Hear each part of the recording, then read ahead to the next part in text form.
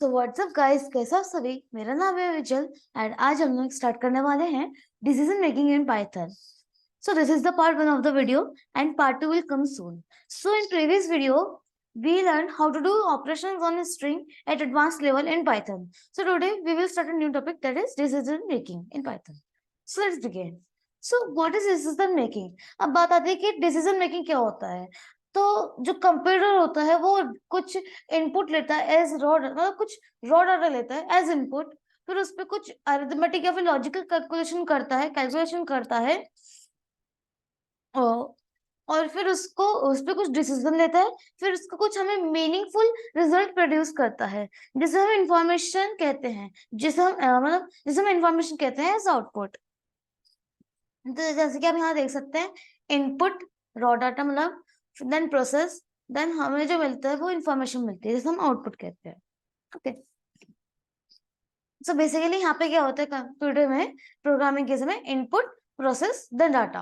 Okay, अब बता दें कि जो कंप्यूटर होता है वो डिसीजन कैसे ले सकता है. तो जो कंप्यूटर होता है, तब जब वो डिसीजन ले रहा होता है तो उसे कुछ डाटा और ऑपरेटर्स की जरूरत होती है, उसे कुछ उसकी नीड होती है, फिर उन पे कुछ वो रूल्स लगाता है, फिर उनके अकॉर्डिंग वो डिसीजन लेता है. अब जब हमें अरिथमेटिक ऑपरेशन परफॉर्म करनी होती है तब पाइथन जो होता है वो हमें अरिथमेटिक ऑपरेटर प्रोवाइड करता है, और जब हमें लॉजिकल ऑपरेशन परफॉर्म करनी होती है तब पाइथन हमें रिलेशन लॉजिकल ऑपरेटर्स प्रोवाइड करता है. ओके, सो अब उन्हें भी देख लेते हैं, अरिथमेटिक ऑपरेटर्स एंड रिलेशन और comparison operators and logical operators. तो पहले बताते हैं अरिथमेटिक ऑपरेटर्स की. तो अरिथमेटिक ऑपरेटर्स क्या होते हैं? तो कुछ अरिथमेटिक, मतलब कुछ ऑपरेटर्स जिनसे हम कुछ अरिथमेटिक ऑपरेशन परफॉर्म कर सकते हैं उन्हें हम अरिथमेटिक ऑपरेटर्स कहते हैं. जैसे यहाँ पे कुछ दिए हुए हैं, जैसे यहाँ पे कुछ हैं, मतलब यहाँ पे सारे अरिथमेटिक ऑपरेटर्स हैं: addition, subtraction, multiplication, floating division, integer division, modulus, remainder और रिमाइंडर पावर. ये सब आपके साथ पहले भी डिस्कस किए थे, लेकिन यहाँ पे पहले हमने बस इसकी बात की थी, इसकी बात नहीं की थी, जिसको हम आज जानने वाले हैं. ओके, नहीं, अब आपको एडिशन, सब्ट्रैक्शन, मल्टीप्लिकेशन, मॉडुलस और रिमाइंडर, जिसे मॉडुलस या फिर उसे हम रिमाइंडर कहते हैं, पावर, इन सबको तो आपको आइडिया होगा. लेकिन आपको फ्लोटिंग वाले का डिवीजन ऑफ मतलब फ्लोटिंग डिवीजन का भी आइडिया होगा, लेकिन इंटीजर डिवीजन क्या है इसके बारे में आइडिया नहीं होगा, जिसके बारे में आज हम जानने वाले हैं. देखिए, जो इंटीजर डिवीजन होता है, अगर हम उसका एग्जांपल देखते हैं तो उसमें होता क्या, अगर हम 5 इंटीजर डिवीजन बाय 2 करते हैं तो वो 2 ही आएगा, 2.5 नहीं आएगा. जबकि जो रियल रिजल्ट है वो 2.5 होता है, जो फ्लोटिंग इंटीजर के साथ आता है. यही इसमें डिफरेंस है. जो फ्लोटिंग डिवीजन होता है, अगर उसका आंसर पॉइंट मतलब डेसिमल पॉइंट के साथ आता है तो वो उसको शो करेगा, लेकिन अगर इंटीजर डिवीजन में पॉइंट के साथ आंसर आता है, डेसिमल पॉइंट के साथ आंसर आता है, तो वो डेसिमल पॉइंट शो नहीं करेगा, उसके बाद का आंसर शो नहीं करेगा. जो डेसिमल पॉइंट से पहले, जैसे कि 2.5, तो उसमें से बस 2 शो करेगा, 0.5 शो नहीं करेगा. ओके, हाँ, अब बता दें रिलेशन या फिर कंपैरिजन ऑपरेटर्स क्या होते हैं.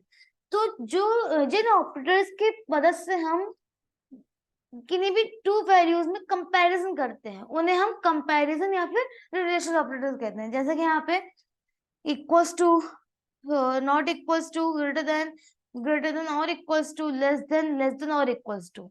तो ये सब जो हो रहा है आपका, ये सब आपका एक टाइप का रिकॉल हो रहा है. ओके,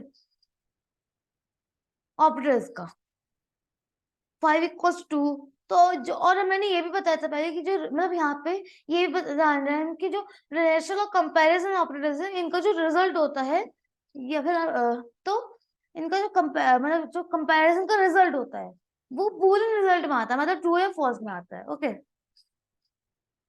बात आती है कि जो पाइथन, मतलब हम डिसीजन कैसे लेते हैं पाइथन में, कैसे ले सकते हैं.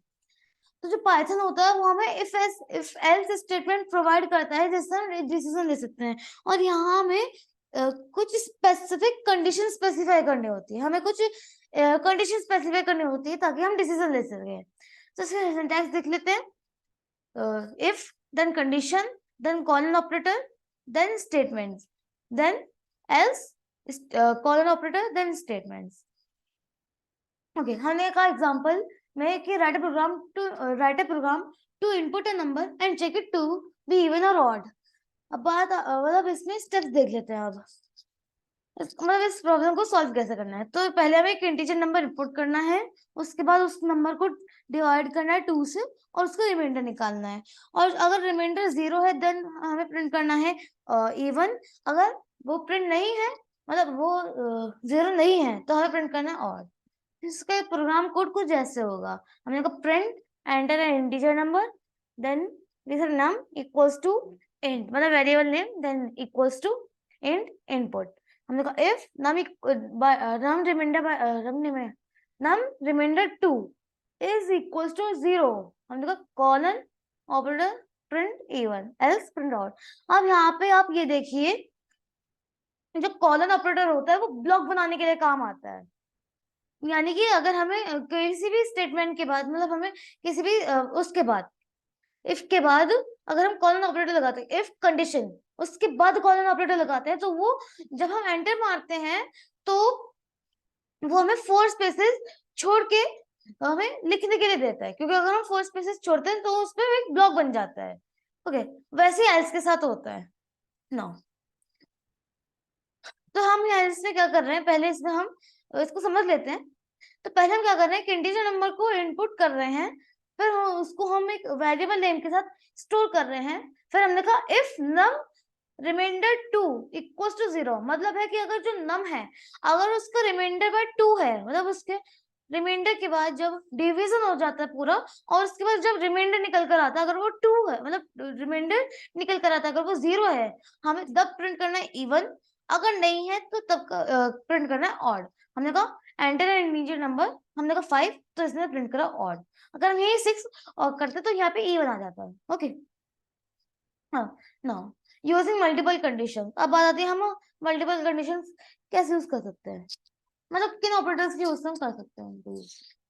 अब जब हम कंडीशंस बनाते हैं, मतलब जब हम कंडीशंस बनाते हैं तो हमें एक से ज्यादा कंडीशन की रिक्वायरमेंट हो सकती है। तो उस केस में हमें कंडीशंस को कंबाइन करने की नीड, मतलब हमें कंडीशंस को कंबाइन करना होता है using a type of operator called as logical operator. तो हम लॉजिकल ऑपरेटर से उन कंडीशंस को कंबाइन कर सकते हैं। तो यहाँ पे लॉजिकल ऑपरेटर्स क्या होते हैं, तो लॉजिकल ऑपरेटर्स होते हैं एंड और नॉट।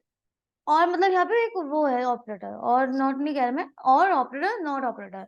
तो एंड तब यूज होता है जब दोनों कंडीशन ट्रू हो, तब हम एंड यूज करते हैं। अगर हमने ट्रू कंडीशन को कंबाइन करा, उसमें से वन कंडीशन हम अगर ट्रू है तब हम और यूज करते हैं। और नॉट हम तब यूज करते हैं जब हमें रिजल्ट को उल्टा करना है। जैसे कि हमने कहा, मतलब इसमें जैसे कि हम किसी का रिजल्ट ट्रू आ रहा है, अगर हमें उसको नेगेट करना है, मतलब उसको उल्टा करना है, तो हम इसको नॉट को यूज कर सकते हैं, तो वो फॉल्स दे देगा। ओके, हमने कहा राइट प्रोग्राम, मतलब example write program to input a leap year and check it to be leap year. मतलब हमें एक ईयर इनपुट करनी है और उसको लीप ईयर चेक करना है अगर वो लीप ईयर है कि नहीं। तो इसके स्टेप्स देख लेते हैं। हमें पहले एक ईयर इनपुट करनी है एज इंटीजर नंबर, क्योंकि जो ईयर होती है वो कभी भी फ्लोट नंबर में नहीं होती, इंटीजर नंबर में होती है। फिर हमें इस कंडीशन को अप्लाई करना है। ये जो आप देख रहे हैं कंडीशन है लीप ईयर के लिए। If the year is divisible by 4 and not divisible by 100 or divisible by 400, then print as leap year, as print not a leap year। अगर यहाँ पे कोई, अगर जो इनपुट की हुई ईयर है अगर वो 4 से डिविजिबल हो रही है और 100 से डिवाइड नहीं हो रही है, या फिर यहाँ पे और आ रहा है, मतलब या फिर 400 से डिवाइड हो रही है एंड और यहाँ पे यूज हो रहे हैं, ध्यान देखिए। हमने कहा इफ द ईयर, मतलब जो ईयर है, अगर जो ईयर है जो इनपुट हुई है अगर वो 4 से डिविजिबल है और 100 से डिविजिबल नहीं है, और 400 से डिविजिबल है या फिर 400 से डिविजिबल है, तो उस लेयर को हमें लीप ईयर प्रिंट करना है। या अगर वो ऐसा कंडीशन उससे मैच नहीं कर रही, अगर वो 4 से डिवाइड नहीं हो रही या फिर और 100 से डिवाइड हो रही है, या और 400 से डिवाइड नहीं हो रही, तो उसको हमें लीप ईयर, मतलब हमें कहना है नॉट अ लीप ईयर। इसका प्रोग्राम कोड ऐसे होगा, कुछ ऐसे होगा। हमने कहा print a year then we said year equals to int input, हमने कहा if year by 4, year remainder by 4, year remainder 4 equals to 0 and year remainder 100 is not equals to 0 or year remainder 400 is equals to 0, print leap year, else print not a leap year. हमने कहा enter a year, तो हमने कहा 2024, तो उसने कहा leap year, तो 2024 एक लीप ईयर होगी। ओके, और आज के लिए आपकी सेल्फ असाइनमेंट से सेल्फ प्रैक्टिस के लिए अगर आप कर सकते तो वेल एंड गुड, अगर नहीं कर सकते तो इसके सोल्यूशन आपको नेक्स्ट वीडियो में प्रोवाइड हो जाएंगे। आज की वीडियो के लिए बस इतना ही। Thanks for watching.